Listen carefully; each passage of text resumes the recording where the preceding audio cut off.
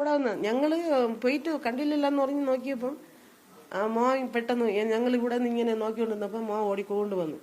അമ്മ എന്നെ വായും പൊത്തി വെച്ചിട്ട് അമ്മ ഇവിടെ കിടന്ന് നിലവിളിക്കല്, അച്ഛൻ സമാധി ആയിരിക്കുകയാണ്. അമ്മ നാട്ടുകാർ അറിഞ്ഞാൽ അച്ഛനെ ആ കറക്റ്റാ പൂജ ചെയ്യാൻ പറ്റൂല. അച്ഛൻ പറഞ്ഞ പൂജകളൊക്കെ ഇങ്ങനെയാണ്.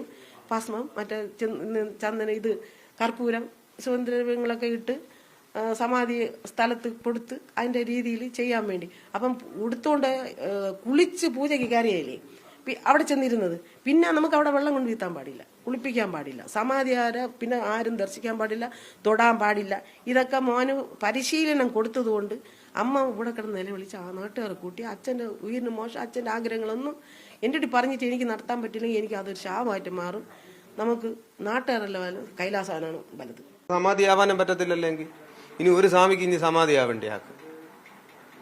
നമ്മളെ ആരെ അറിയിച്ചില്ലെന്ന് പറഞ്ഞാൽ ആ സമയം മുഹൂർത്ത സമയം തെറ്റിപ്പോയാൽ പിന്നെ എന്ത് ചെയ്യും? ഇതൊക്കെ പ്രാണായാമം ശ്വാസഗതി എടുത്തിട്ട് ചെയ്യുന്ന ഒരു കാര്യങ്ങളാണ്. ശ്വാസഗതി എടുത്ത് ഓരോ പ്രാണായാമം ചെയ്ത് ഈ പ്രാണായാമ മുദ്ര വെച്ച് ഓരോ സമയം പ്രാണനെ ഉയരോട്ടെടുത്ത് ഇങ്ങനെ ചെയ്യുന്ന ഓരോ രീതിയാണ്. അപ്പൊ ആ രീതിയിൽ സമയത്ത് ഏറ്റവും ആവശ്യം എന്ന് പറഞ്ഞാൽ ഏകാഗ്രതയാണ്. നിങ്ങൾ തന്നെ ചെന്നിരുന്ന് പ്രാണായാമം ചെയ്യുമ്പോൾ നിങ്ങൾക്ക് അറിയാൻ പറ്റും. അത് ഏകാഗ്രതയില്ലെങ്കിൽ ആ ചെയ്ത കർമ്മം കൊണ്ട് ഒരു പ്രയോജനമില്ല. വേറെ ചിന്തകളോ വേറെ ഭാവങ്ങളോ വേറെ എന്തെങ്കിലും കാര്യങ്ങളും അതിനകത്ത് ഇന്ദ്രിയങ്ങളിൽ കൂടി കഴിയുമ്പോൾ അതിലോട്ടാവും പിന്നെ ചിന്ത. ഭക്ഷണം കഴിച്ചുകൊണ്ടിരുന്ന സമയത്ത് സമാധി ആകണതിന് 3 ദിവസം മുമ്പ് ഇവര് 3 ദോശയൊക്കെ തിന്നുന്ന ആളാണ്. പിന്നെ 2 1 ഇങ്ങനെ എൻ്റെ സമാധിയുടെ തലയ്ക്ക് തലേ ദിവസം പറഞ്ഞ് ഇനി എനിക്ക് ദോശയൊന്നും ഉണ്ടാക്കി വെക്കരുത്, കഞ്ഞി മതി എന്ന് പറഞ്ഞു. അപ്പം ഞാൻ എൻ്റെ മോന് കമ്പനി പോകണമെന്ന് ചോറ് കിട്ടണം, ഞങ്ങൾക്ക് എല്ലാം കൂടെ വെളുപ്പിൽ അങ്ങ് ഭക്ഷണം അങ്ങ് തയ്യാറാക്കും, കാപ്പി ചോറ്. അപ്പം അതിലുള്ള കുറച്ച് ചോറ് കുറച്ച് കറികളെല്ലാം എടുത്ത് പ്രത്യേകം എരിശോരി കഞ്ഞി പോലെ അതിൻ്റെ രീതിയിൽ കുഴമ്പ് പോലെ പാൽപ്പായസം കുടിക്കുമ്പോൾ എടുത്ത് കുടിക്കാനുള്ള എളുപ്പത്തിന് അവർക്ക് കൊടുക്കുമ്പം തട്ടത്തിൽ സ്പൂണായിട്ട് കൊടുക്കും. ആദ്യ ദിവസം കൊടുത്തപ്പം കൊടുത്തതിൻ്റെ 3/4 കഴിച്ച്, അത് 2ാമത് കൊടുത്തപ്പം ഒരു 1/4 ഭാഗം. ഈ സമാധി ആവണേണ്ടെന്ന് 2-3 സ്പൂൺ എടുത്ത് കഴിച്ചതേ ഉള്ളൂ. അപ്പം കഴിക്കാതെ നിന്നിട്ടപ്പം എനിക്ക് മതി എന്ന് പറഞ്ഞു. നമ്മൾ നിർബന്ധിക്കില്ല, വേണ്ടെന്ന് നിർബന്ധിച്ച് കുടിക്കൂല.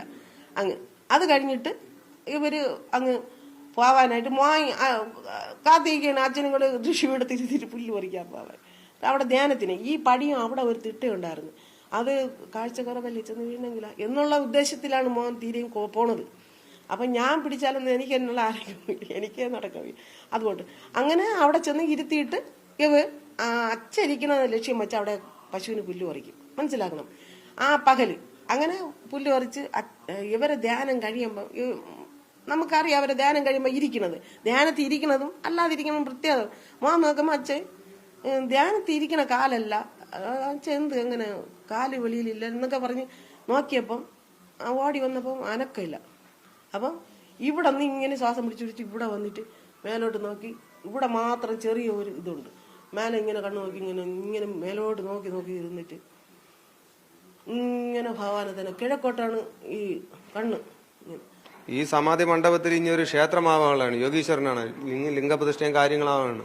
അപ്പൊ അത്രയ്ക്കും യോഗീശ്വരനായ അവിടെ ഇരുന്നുകൊണ്ട് അതിനെയൊക്കെ പൊളിച്ചു മാറ്റെന്ന് പറഞ്ഞ ക്ഷേത്രത്തിനകത്ത് കയറി വിഗ്രഹാരാധന പൊളിച്ചു മാറ്റും പോലെ ആയിപ്പോയി. ഇപ്പം ഇത്രയും പവിത്രമായിട്ടുള്ള ഈ ഇതൊക്കെ പൊളിച്ചു മാറ്റം എന്ന് പറഞ്ഞ ഹിന്ദു ആചാരങ്ങൾ ഒരുമാതിരി വലിച്ചു കീറും പോലെ ആയിപ്പോയില്ലേ. എങ്കിൽ പിന്നെ ഹിന്ദുക്കൾ എന്ന് പറഞ്ഞ എന്തിനു നിൽക്കുന്നത്? ഹിന്ദു എന്ന് പറയണതേ ഇനി കാണൂലല്ലെങ്കിൽ ഇതാണ് ആക്ക് സമാധിയാവാനും പറ്റത്തില്ലല്ലെങ്കിൽ